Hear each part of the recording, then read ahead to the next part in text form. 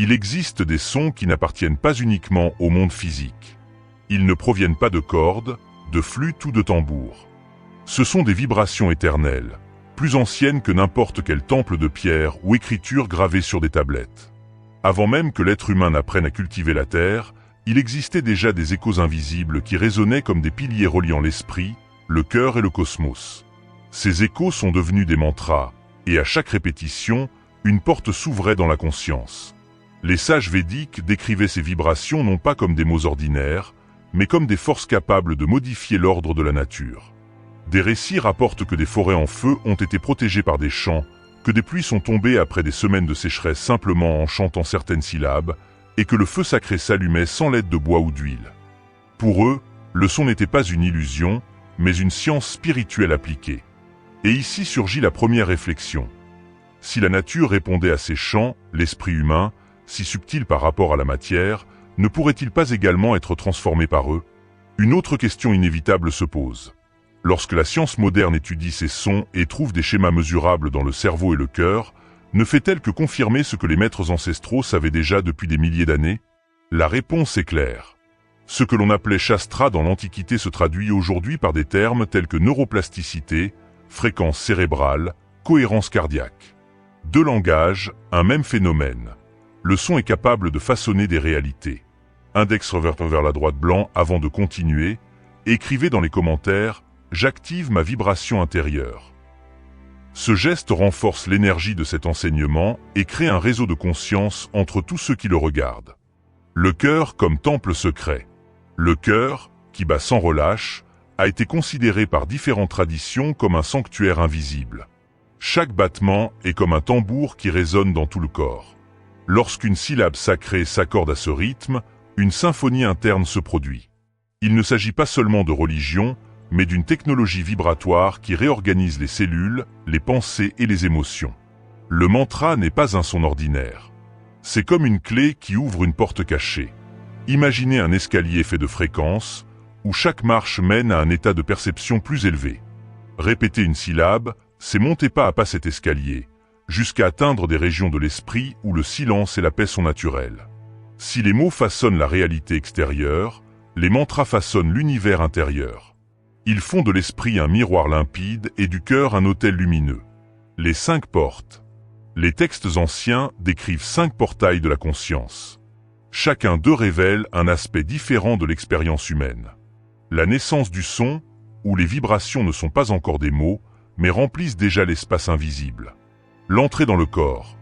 Le moment où les ondes sonores transforment les tissus et les cellules, comme des fleurs qui s'ouvrent au contact de l'eau. Le point Anunada, l'instant où le silence et le son se rencontrent, où le néant devient tout. La confrontation avec la vie.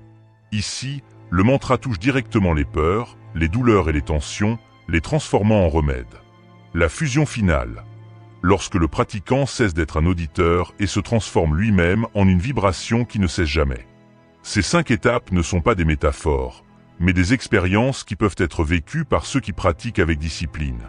7 jours suffisent pour ressentir des changements subtils. Une porte à chaque aube, un nouveau soleil qui se lève dans la poitrine. Le premier chant. Imaginez le décor. Il y a 7000 ans, au milieu d'une nuit silencieuse, un sage reste immobile devant un feu presque éteint. Ses yeux fermés ne cherchent pas à l'extérieur, mais à l'intérieur. De ses lèvres ne sortent pas de longues phrases, mais un son simple, pur, sans fioriture. Ce fut la graine des mantras. Une vibration primordiale qui ne décrivait ni objet ni idée, mais exprimait le cœur même de l'univers. Le terme mantra signifie littéralement « instrument pour protéger et guider l'esprit ». Il ne s'agit pas d'une simple répétition, mais d'un vecteur de transformation. À chaque syllabe prononcée, non seulement l'air vibre, mais l'être tout entier s'aligne sur un flux cosmique invisible. L'univers comme instrument. Pour les anciens, l'univers n'était pas une machine, mais de la musique. Ils appelaient cela Naad Brahma. Tout est son, tout est vibration. La première note, appelée Adinaad, soutenait et transformait la création. Chaque mantra chanté était comme une rivière retournant à sa source, un souvenir du son primordial qui a donné naissance au cosmos. Cette idée ne s'est pas limitée au sous-continent indien. Au Tibet, les moines récitent Om Mani Padme Hum pour cultiver la compassion. Dans le christianisme, les hymnes et les prières répétées créent le même état d'élévation. Chez les soufis, les danses et les chants mènent à l'extase. Chaque culture a trouvé sa façon d'utiliser le son comme pont entre l'humain et le divin. Science moderne et preuve. Des recherches actuelles confirment que les mantras ne sont pas seulement une tradition. En laboratoire, on a découvert que la répétition de sons spécifiques réduit l'activité dans les zones du cerveau liées au stress, tout en activant les régions responsables du calme et de l'équilibre. Ce phénomène est appelé neuroplasticité. Les anciens schémas de peur se dissolvent et de nouvelles voies vers la sérénité s'ouvrent. Des expériences d'imagerie par résonance magnétique ont également montré que certaines syllabes produisent des ondes similaires à celles du cœur, renforçant ainsi la circulation sanguine et équilibrant le système nerveux. Chaque vibration est comme un code qui reprogramme le corps et l'esprit en même temps. Index revers point envers la droite blanc. Si cette information vous ouvre déjà de nouveaux horizons, partagez cette vidéo avec quelqu'un qui a besoin de paix. Votre geste pourrait être l'étincelle qui réveillera un cœur endormi. L'expérience subjective. Au-delà des données scientifiques, il y a l'impact personnel. Les personnes qui pratiquent décrivent des larmes spontanées, une sensation de légèreté, une clarté soudaine. C'est comme si le mantra traversait la surface rationnelle et touchait directement le cœur de l'âme. À ce moment-là, il ne s'agit plus de son, mais de présence. Le pratiquant cesse de répéter pour commencer à être. Le silence entre les répétitions devient aussi puissant que le son lui-même. Le mantra comme action. Les grands maîtres l'ont toujours enseigné. Le mantra n'est pas seulement écouter, c'est agir. L'action ici consiste à ouvrir une porte intérieure qui était oubliée. Lorsqu'un maître transmet un mantra à son disciple, il ne lui transmet pas seulement des mots, mais il éveille des codes cachés dans l'ADN spirituel. C'est pourquoi le mantra exige une préparation. Il ne suffit pas de répéter mécaniquement, il faut de l'intention, de la discipline et de l'abandon. Ainsi, chaque syllabe devient un bateau qui traverse l'océan de la conscience, menant au silence lumineux qui soutient tout. Le corps comme corde sacrée. Les sages comparaient le corps à un instrument à cordes. Chaque muscle, chaque organe vibrait en harmonie. Lorsque la tension augmentait, le son se déformait. Le mantra était l'accordeur qui redonnait de la clarté à l'ensemble. Aujourd'hui, la science décrit le même processus d'une autre manière. Les connexions cérébrales se réorganisent, les hormones s'équilibrent, le système nerveux revient au centre. Des expressions différentes, une même vérité. Invitation à la pratique. Maintenant, une invitation simple. Pendant 7 jours, répétez un mantra court comme Soham, en suivant votre respiration. Inspireset penses, so. Expireset penses, hum. Ne cherchez rien d'autre. Observez simplement ce qui se passe. Vous remarquerez des changements subtils. Votre sommeil sera plus profond, votre esprit moins agité, votre cœur plus calme. C'est le début du chemin. Index revers point envers la droite blanc et avant de continuer, inscrivez-vous à la chaîne. Ainsi, vous ne manquerez pas les prochains enseignements et vous renforcerez cette chaîne de connaissances. Conclusion de la première partie. Le son est plus qu'un bruit, c'est un pont. C'est un outil de guérison, une clé d'accès, un code universel. Depuis le premier AUM jusqu'aux laboratoires actuels, le message est le même. Tout vibre, tout répond. Lorsque le mantra entre dans votre vie, ce n'est pas vous qui le répétez. C'est l'univers tout entier qui trouve sa voix en vous. Lorsque nous parlons de son sacré, nous ne traitons pas seulement de vibrations audibles. Nous sommes face à une science vivante qui relie le corps humain au rythme cosmique.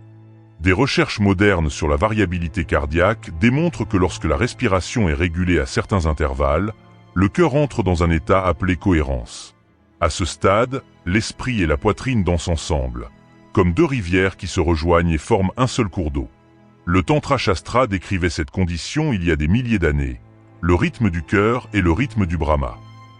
Pour eux, le cœur n'était pas seulement un organe biologique, mais un miroir de l'univers tout entier. Et le plus impressionnant est que Pythagore, à l'autre bout du monde, disait quelque chose de similaire. Il appelait la musique « médecine cosmique », un art capable de rendre l'harmonie au corps et à l'âme. Aujourd'hui, cette même sagesse est étudiée dans des laboratoires.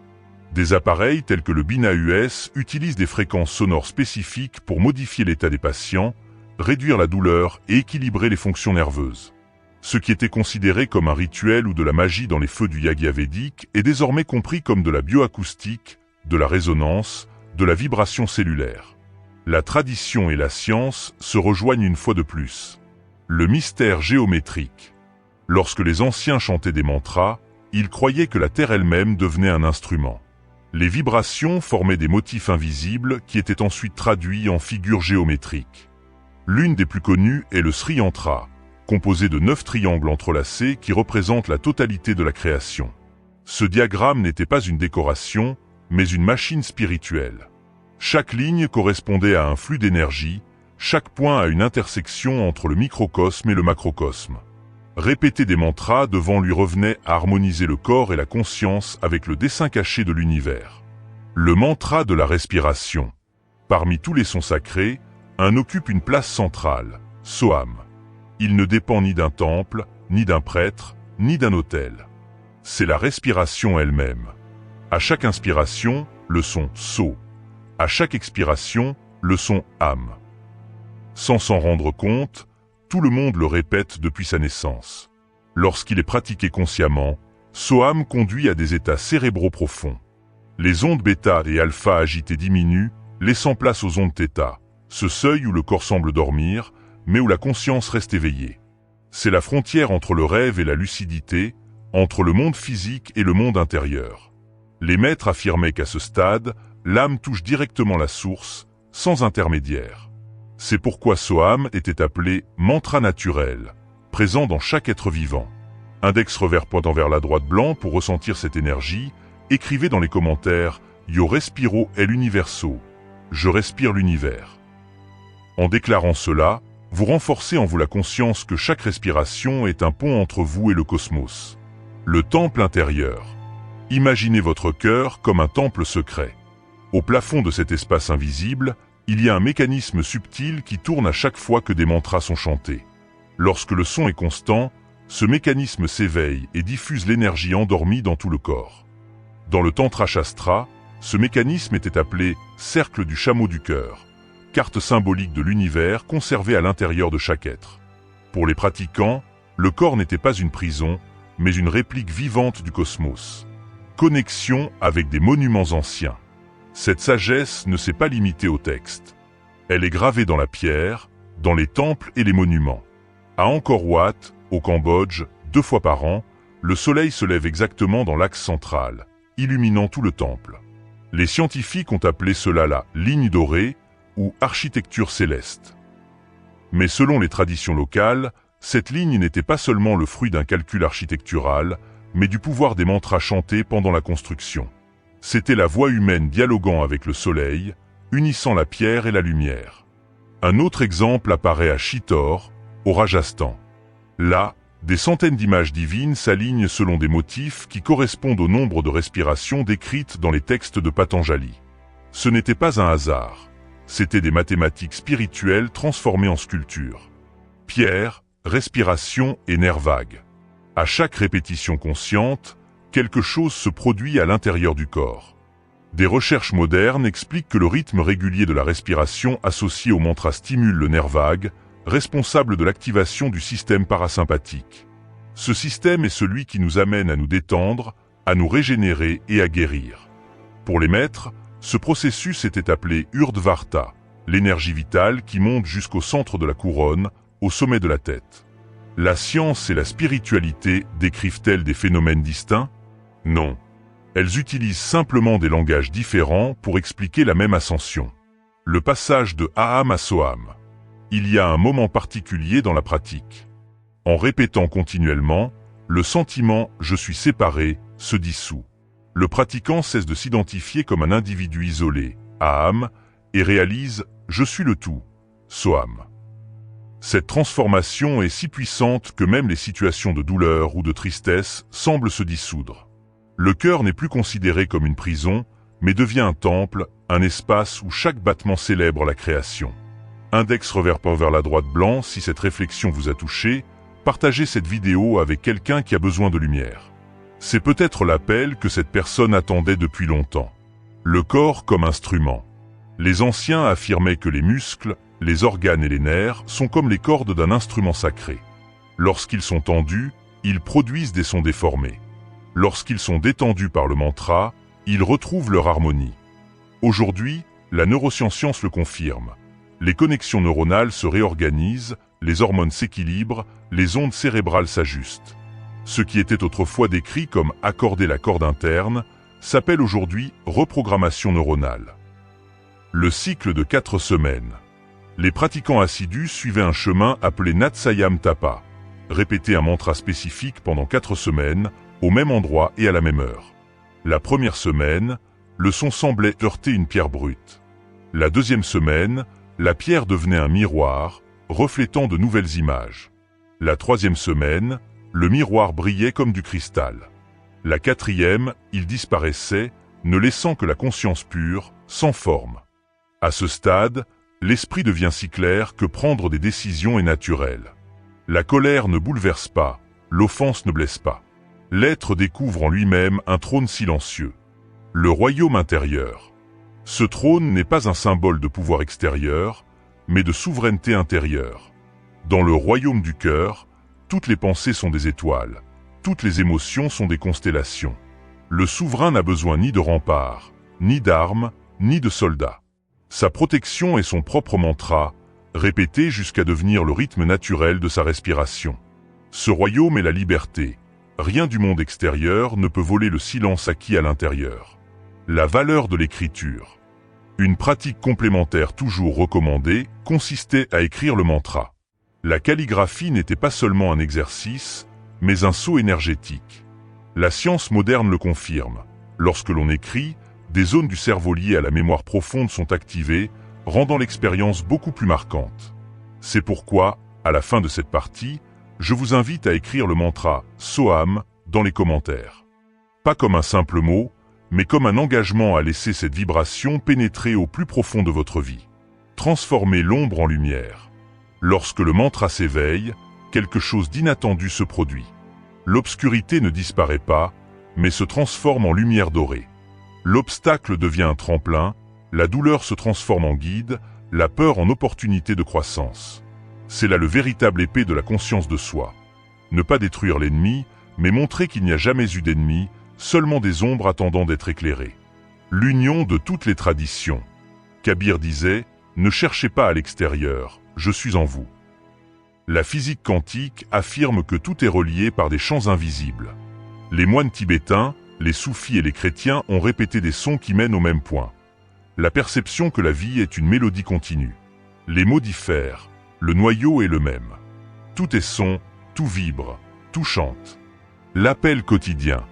Avant de vous endormir, posez votre main sur votre cœur et dites « Je fais partie du son éternel ».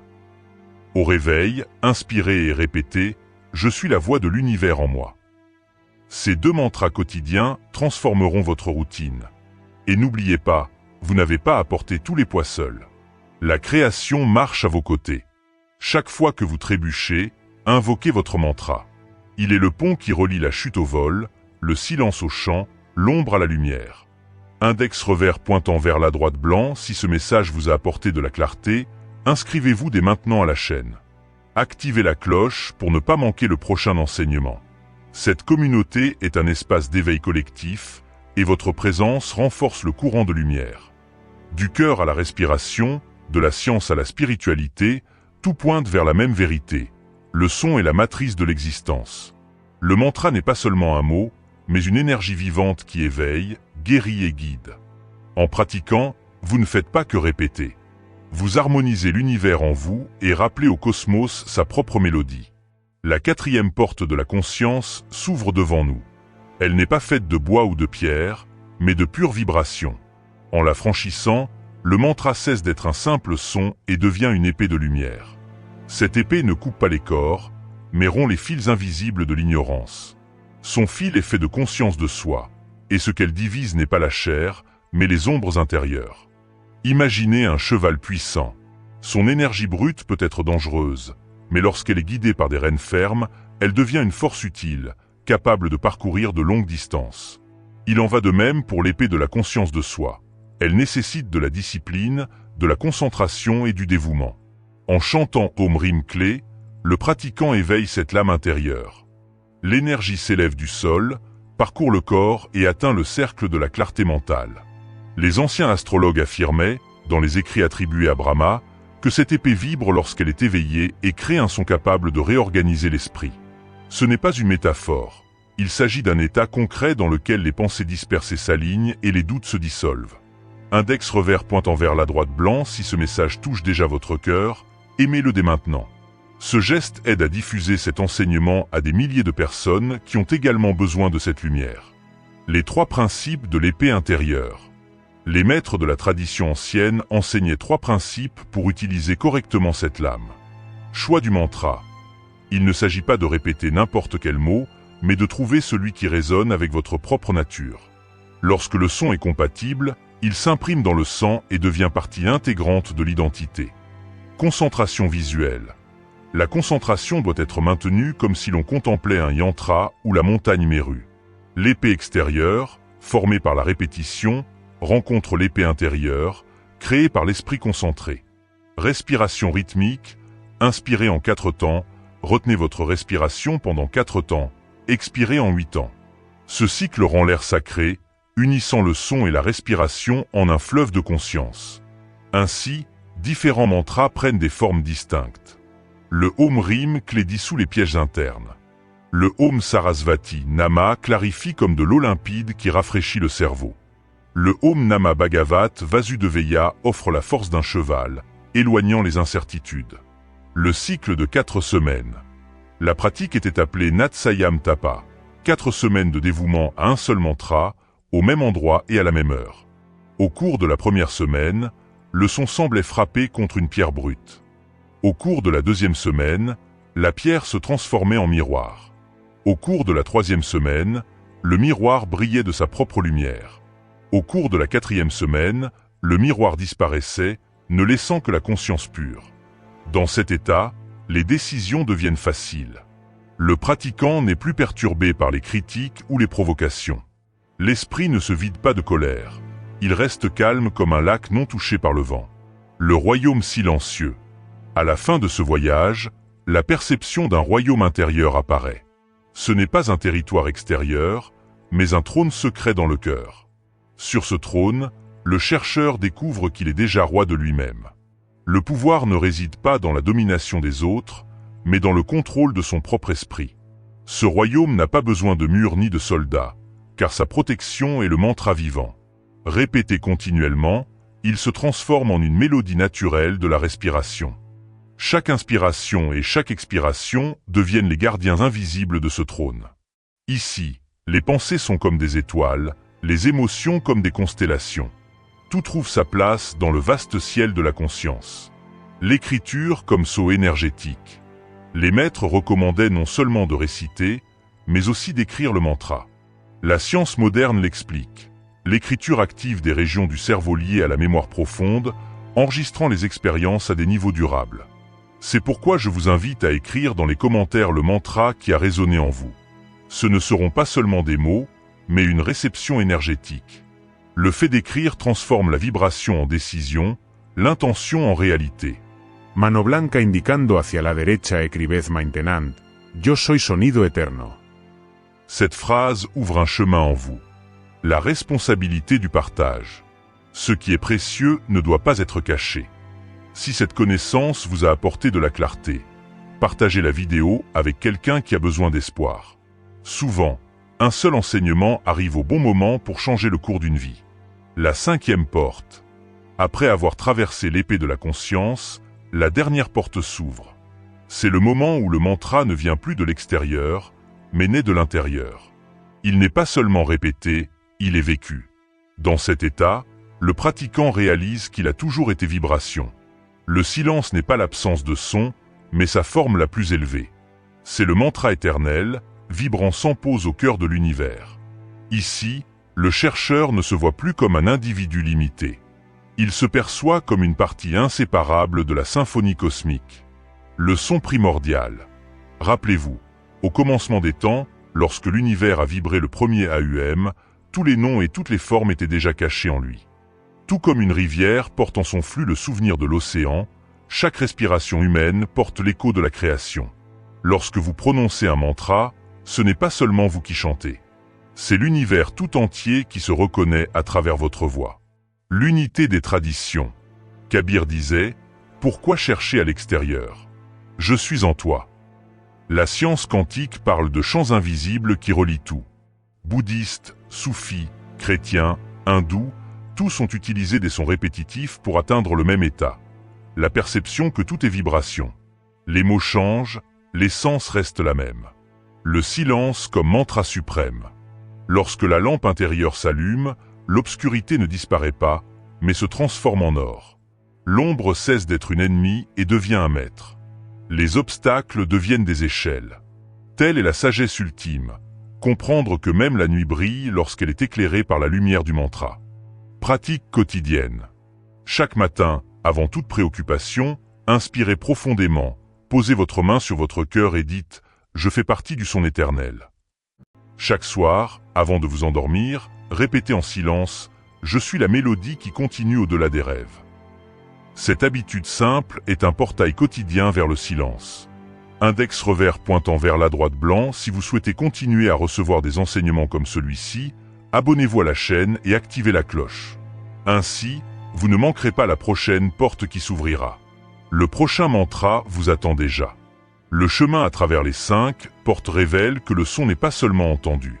Il est vécu, ressenti, incarné. Du premier chant ancestral à l'étude dans les laboratoires modernes, le message est le même. Tout vibre, tout résonne, tout chante. Vous n'êtes pas seulement celui qui écoute le mantra. Vous êtes le mantra lui-même, résonnant depuis toujours, attendant seulement d'être reconnu.